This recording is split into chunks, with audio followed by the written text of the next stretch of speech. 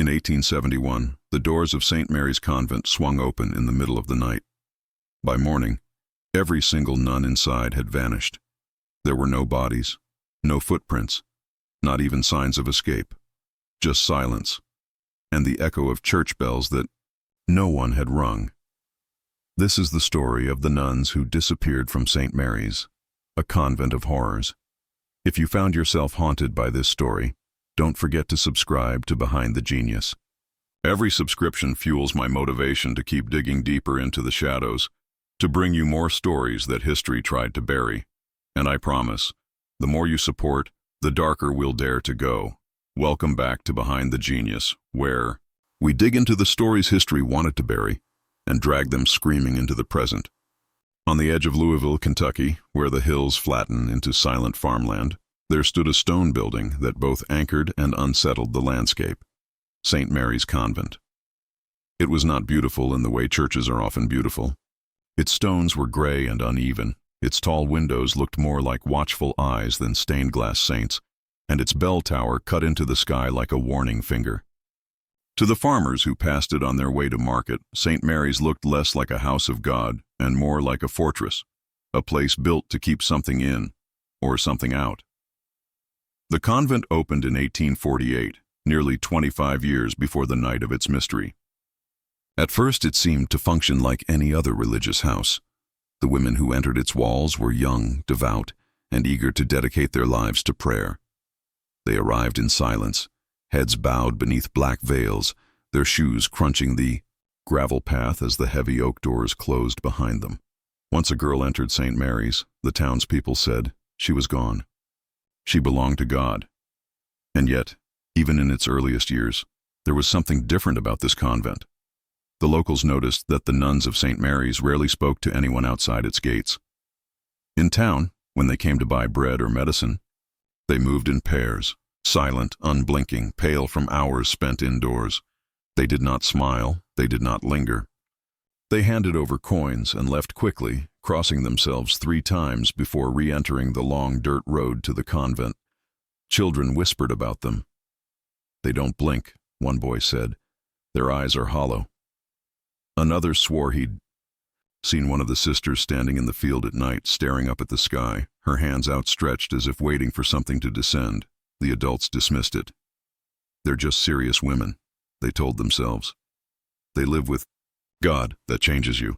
But privately they avoided the convent grounds. Farmers refused to cut trees from the hill near the convent. Women carrying laundry to the river crossed themselves if they heard the church bell toll in the distance. And no one, not even the bravest boy, would dare step inside its gates after dark. Inside the convent, life followed strict order. At dawn, the nuns rose from their narrow wooden beds. They prayed before eating a simple meal of bread and milk. At noon, they worked in the gardens. In the evenings, they gathered in the chapel, their voices chanting Latin hymns in haunting unison. From the outside, the rhythm of their lives seemed orderly, even peaceful.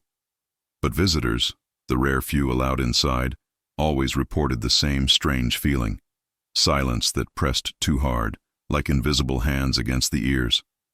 They said the air felt heavier inside St. Mary's, as if the stones themselves were holding their breath. And then there was the matter of the mirrors. Every convent usually had a few mirrors for grooming, but St. Mary's had none. Travelers reported that not a single reflective surface could be found within its walls. When asked why, the Mother Superior, a severe woman named Sister Agnes, gave the same response every time: reflections invite vanity. Vanity invites temptation. We must keep temptation out. But the villagers told a different story. They whispered that the sisters had covered or destroyed every mirror because they had seen things in them that should not have been seen. By the summer of 1871, the convent housed 12 nuns, 12 women who rarely left the property, who spent hours in fasting, prayer, and, according to rumor, something darker. Farmers passing by swore they heard chanting at odd hours, not Latin hymns, but something older, harsher, a rhythm that didn't sound like prayer at all.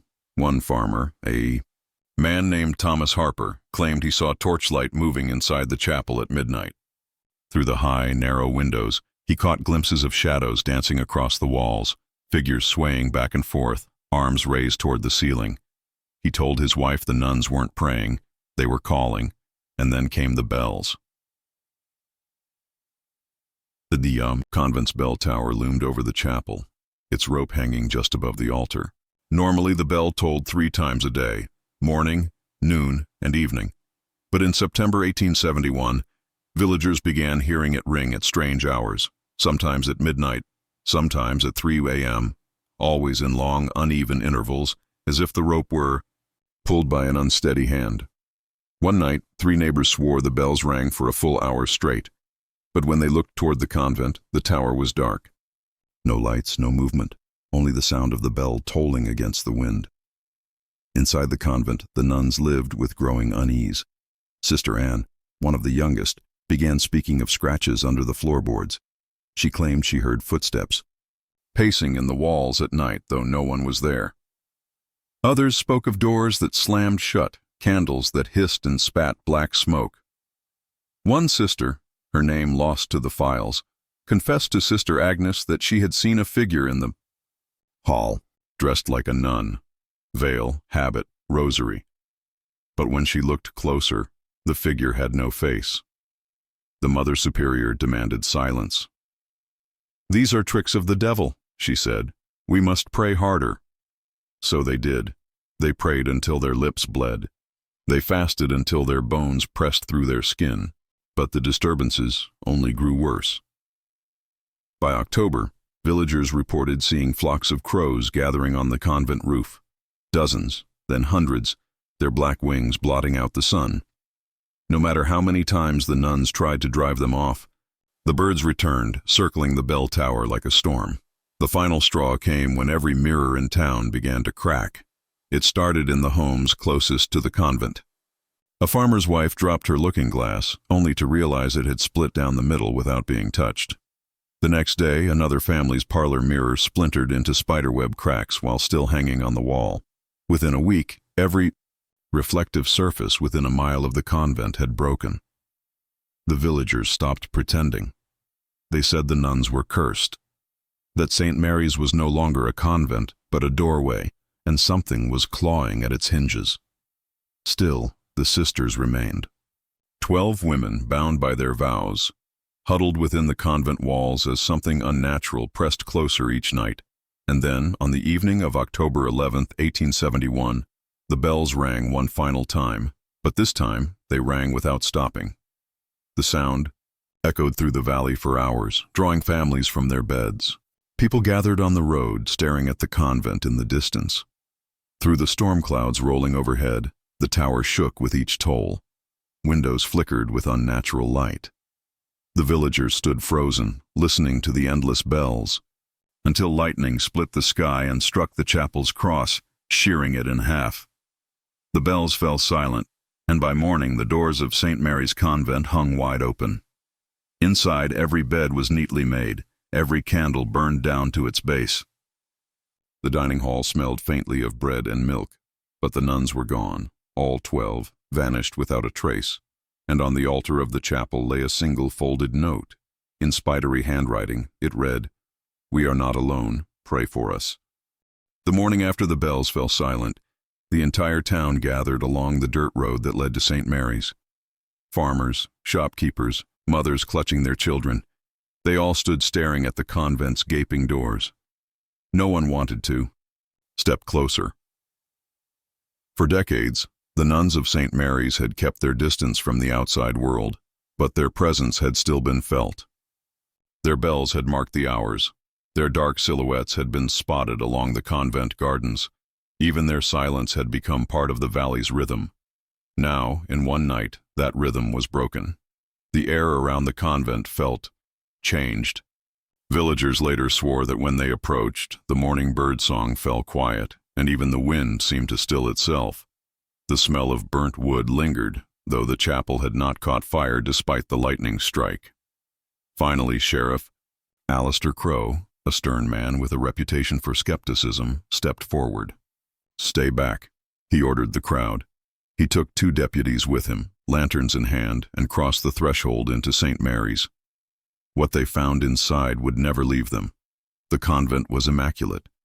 Beds were made, bowls were stacked neatly. In the kitchen, habits hung clean and pressed in the wardrobe. There was no sign of struggle, no blood, no overturned furniture. It looked less like 12 women had fled in panic and more like they had prepared for inspection. But the silence was unbearable. Sheriff Crow later described it as a silence with weight to it, as if the building itself were holding its breath. As the deputies searched, they began noticing details that unsettled them. Every candle in the chapel had burned down to its base, but none had been extinguished by hand. The wax had simply run its course, pooling into hardened puddles on the stone floor. The crucifix above the altar was scorched, as if the lightning strike outside had bled into the wood itself. In the dining hall, 12 bowls sat neatly stacked, but inside each bowl was a single crow feather, glossy black against the white porcelain. The deputies stared, unsure if this had been intentional or if some force had placed them there after the sisters vanished. When they reached the prayer room, one deputy gasped. Along the walls, written in charcoal, were hundreds of prayers, but not in Latin nor in English. The script was jagged, curling in unnatural shapes, like letters not meant for human eyes. Sheriff Crow, though skeptical, admitted the writing seemed to pulse when the lantern light flickered. And then there was the note. It sat on the altar, folded with precision. The sheriff unfolded it, revealing the same message the villagers would later whisper for years. "We are not alone. Pray for us."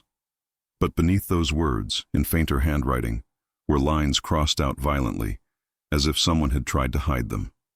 With effort, Crow made them out. "The door is open. It does not close. They walk among us." Crow left the convent pale, but he told the villagers little of what he'd seen. His official report said only that the sisters had abandoned their posts and vanished in the night. He claimed the note was a farewell, not a warning, but those who knew him best said he changed after that day. He stopped attending church. He took to drinking in the evenings, staring out across the valley toward the convent. His hands, once steady, trembled when the bells rang from other churches in town. The convent was sealed off. The church hierarchy in Louisville sent priests to investigate, but they stayed only a night before leaving in haste. Their final words to the townsfolk were simple: "Do not enter again. Let the house of God rest." But rest was the one thing St. Mary's never seemed to do.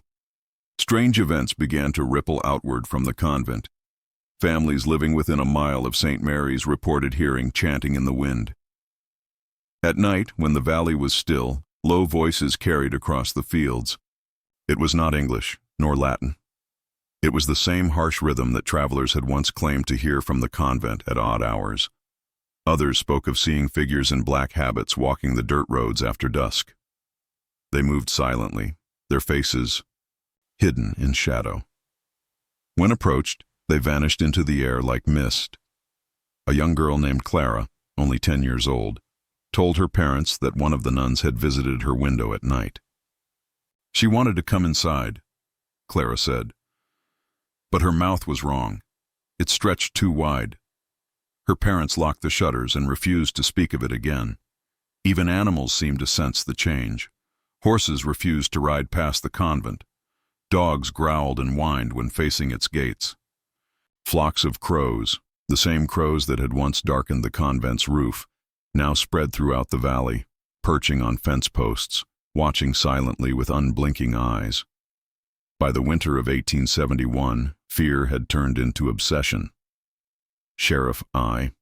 Crow, despite his earlier reluctance, returned to the convent with a group of 6 townsmen. They carried lanterns, rifles, and a determination to uncover the truth.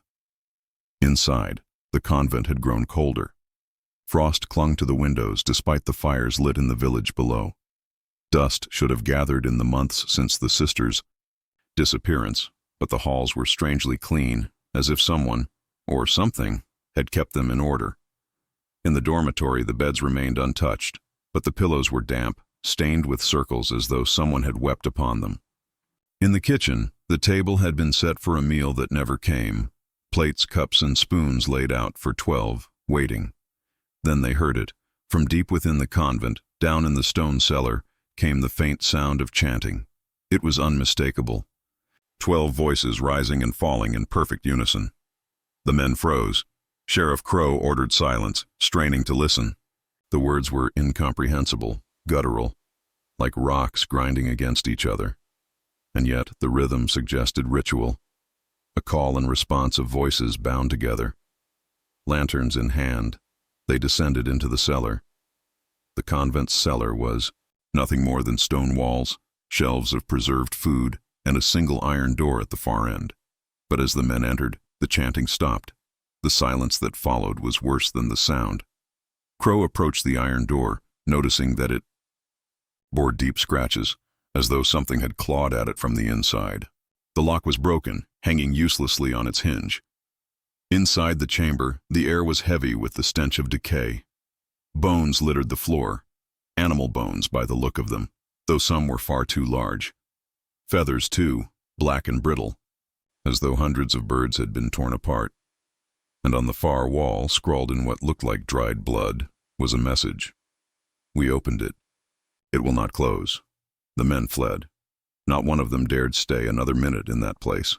They barred the cellar door, sealed the convent once more, and swore never to speak of what they had found. But secrets have a way of leaking. For years, after the convent stood empty, a stone carcass on the hill, the church refused to reclaim it. The town avoided it. Children dared each other to throw rocks at its windows, but none stayed after sundown. The disappearances became legend, the details muddled with time. Some said the nuns had been taken by the devil. Others claimed they had opened a portal and stepped willingly into another world. But one detail remained constant. No one ever saw the 12 sisters again. And the note, preserved by Sheriff Crow until his death, became the only tangible proof of their final hours. Its words still echo. Like a curse, we are not alone. Pray for us. By spring, the town of Willow Hollow should have been alive again. Children playing in the fields, farmers preparing their crops, bells ringing on Sundays. But instead, the air felt heavier than ever before. The convent's silence had become a disease infecting everything it touched. The valley no longer carried the sound of birdsong, only the constant rasp of crows gathering in numbers too great to ignore. They perched on rooftops, black feathers catching the light like oil, their eyes glinting with an intelligence that was deeply unsettling. And then the dreams began. It started with one family, the Halberts, who lived closest to the convent road. Each night they woke screaming, swearing they had heard chanting through the walls. The words were not in English, yet they understood them. Come, children, come and pray with us. Soon, others in the village confessed to similar visions. A farmer's wife swore she saw a nun standing at the foot of her bed, her veil torn and her mouth filled with feathers. Another villager claimed he heard knocking at his door every night at the same hour. When he finally opened it, no one was there, only 12 sets of footprints in the mud, leading back toward St. Mary's. Sheriff Crow, weary and aged by the burden of what he'd seen, urged people to remain calm. It's grief, nothing more, he told them. Your minds are playing tricks. But his voice carried little conviction, especially after the disappearances began. Clara, the young girl who had once spoken of a nun at her window, was the first. Her mother tucked her in one night, shutters locked, door bolted. By morning, the bed was empty. The covers had been pulled back neatly, as if Clara had risen for morning prayer. On the wall above her bed, written in charcoal, were the words, "Juan has joined us." The sheriff organized search parties combing through the fields, the woods, even the convent itself. But Clara was never found. Within a month, 2 more children vanished, both from families who lived within sight of the convent steeple. Their homes showed no sign of forced entry, only that same message left behind. One has joined us. The town panicked. Doors were barred, windows nailed shut. Families began moving away, abandoning their farms to the creeping silence. But the sisters were not finished. On a fog-heavy night in June, 3 men swore they saw the nuns again. They had been returning late from a nearby village, lanterns swinging at their sides when the mist on the road thickened. Out of it emerged a line of figures, 12 women, dressed in habits black as coal, walking in perfect unison. Their heads were bowed, their hands clasped as if in prayer, but there was something wrong with the way they moved. Their steps made no sound. Their faces beneath the veils glowed faintly, as if lit from within. The men froze. One whispered the Lord's Prayer under his breath. The nuns stopped. Slowly, in unison, they turned their heads toward the travelers, and their faces, not human. Their eyes were gone, their mouths stretched open, and inside, nothing but feathers spilling out, drifting into the fog. The lanterns sputtered, extinguished all at once. When the men awoke at dawn, they were lying in the road, unhurt, but shaken beyond reason. None of them would ever walk that road again. Sheriff Crow, though skeptical by nature, could no longer deny what was happening. He gathered what few brave men remained and resolved to end the curse once and for all. They marched to the convent under cover of night, rifles ready, carrying salt, holy water, and crucifixes borrowed from the church. Their plan was desperate: to sanctify the convent once and for all, to drive out whatever unholy presence lingered within. But the convent was waiting. As they entered, the air grew thick with the smell of rot. Their lanterns dimmed, shadows lengthening unnaturally along the walls. The chanting returned, louder this time, echoing from every direction, 12 voices rising in twisted harmony. The men poured holy water at the threshold. The chanting only grew stronger, and then they saw them. The sisters stood in the chapel, gathered before the scorched crucifix. Their faces were hidden, veils unmoving, but their bodies swayed gently, like reeds in water. One of the men raised his rifle. Sheriff Crow slapped it down. "No," he whispered. "Not yet." He stepped forward, voice trembling as he demanded, "What do you want?" For the first time, the nuns moved as one. Their veils lifted, revealing faces pale as bone, mouths torn wide open, black feathers spilling out into the air, and from those mouths came words that froze every man in place. "We are already here." The chapel doors slammed shut.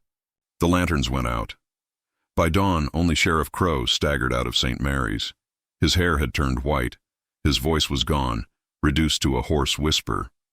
He would never speak of what happened inside, but the others, the men who had entered with him, were never seen again. The sheriff resigned weeks later. Within a year, Willow Hollow was a ghost town. Families fled in droves, abandoning their homes to the crows and the fog. Travelers who passed through in later years spoke of an eerie silence in the valley, broken only by the flutter of wings. Some claimed they saw black-clad figures moving among the abandoned homes. Others swore they heard bells ringing faintly, though the convent tower had long since collapsed.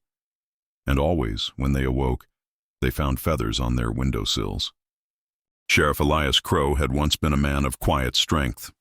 He carried himself with the steady resolve of someone who believed the world, though cruel at times, ultimately made sense. But after the night in St. Mary's, that belief was stripped from him like flesh from bone. He never spoke of what he saw. His voice, ragged and ruined, could barely form words. He resigned from his post, shuttered his home, and spent his final days sitting on the porch with a Bible clutched in trembling hands. But there were whispers. A farmer claimed that, in his final weeks, the sheriff confided in him during a moment of weakness. What he revealed painted a picture darker than anyone dared imagine. When Crow and his men entered the chapel, they had found the 12 nuns standing in rigid formation. Their veils had concealed their faces, their hands clasped in prayer, but the sheriff swore the figures were not truly there. Their bodies, he said, flickered like shadows, as if made of smoke. When one of his men tried to approach, his hand passed through the closest sister and came back wet, dripping with something black and sticky. The chanting grew louder, and Crow realized it was not the sisters speaking at all. The sound came from the crucifix itself. The charred figure of Christ writhed against the wood, its eyes rolling in agony, mouth opening and closing with the voices of 12 women. One of the deputies fainted. Another fired his rifle, but the bullet dissolved in the air before striking, and then the sisters turned, their veils lifted. their mouths split wider than humanly possible, feathers spilling out, fluttering through the chapel like a storm of ash. Their eyes were not eyes at all, but hollow sockets, each filled with a writhing mass of beaks snapping open and shut. The sheriff tried to pray, but the words failed him. Crow claimed that in that moment, the sisters spoke directly to him, not with their mouths, but inside his mind. Their voices layered together, 12 whispers overlapping like a choir of the damned. You cannot fight us. You cannot bury us. We are the prayer that never ends. One must remain, or all will follow. He did not understand then, not until he saw the shadows of his men being pulled away, their bodies collapsing, their screams swallowed by the walls of the chapel. One by one, they were dragged into the dark, their rifles clattering uselessly to the stone floor.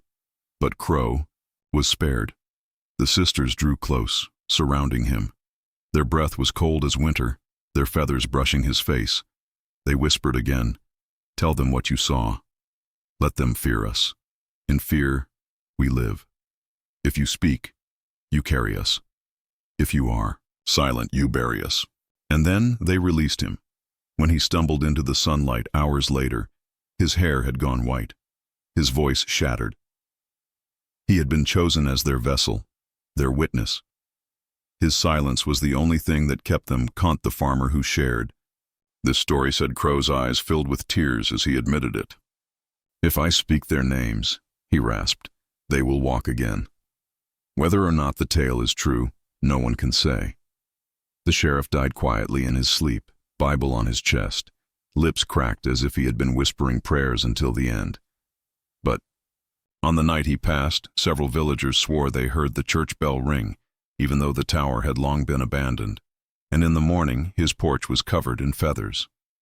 By the turn of the century, Willow Hollow was a place abandoned not by accident, but by choice. Families packed their belongings in silence, wagons creaking down the dirt road that led away from St. Mary's. No one spoke of the true reason, but the truth lingered like a shadow over every doorstep. At night, strange sounds echoed from the convent hill. Bells that rang without hands, whispers carried by the wind, the faint sound of chanting that could not be traced. Chickens were found headless in their pens. Dogs barked at nothing until their throats gave out, and children woke with feathers in their hair, though their windows had been shut tight. The last mass ever held in the village was in 1897. The priest, pale and trembling, read from the scriptures with faltering voice. When he reached the words, "Deliver us from evil," the candles in the church snuffed out all at once, and the doors slammed shut as if by an invisible hand. When the lights returned, every parishioner saw them, black feathers falling slowly from the rafters, though no birds were inside. That was the breaking point. By the following spring, the town was a ghost. Fields were left untended, wells were dry, and shutters swung in the wind. Willow Hollow ceased to exist on maps, as though erased deliberately, and St. Mary's stood alone, staring down from its hilltop like a watchful eye. G against the sky. Travelers passing through swore they saw shadows moving along the windows, candles burning long after midnight, and the faint outlines of women in black walking the grounds. In 1923, a group of young men dared each other to enter. Only one returned. His hair, like Sheriff Crow's before him, had turned completely white. When asked what he saw, he could only whisper, "They never left. They're still praying." Locals sealed the convent after that, boarding its doors, hammering planks across its windows. But still, the chanting carried on, soft and ceaseless, floating over the hills whenever the wind turned cold. Today, the convent is nothing more than ruins hidden in the forest, but some claim the ruins shift, as if the building refuses to crumble.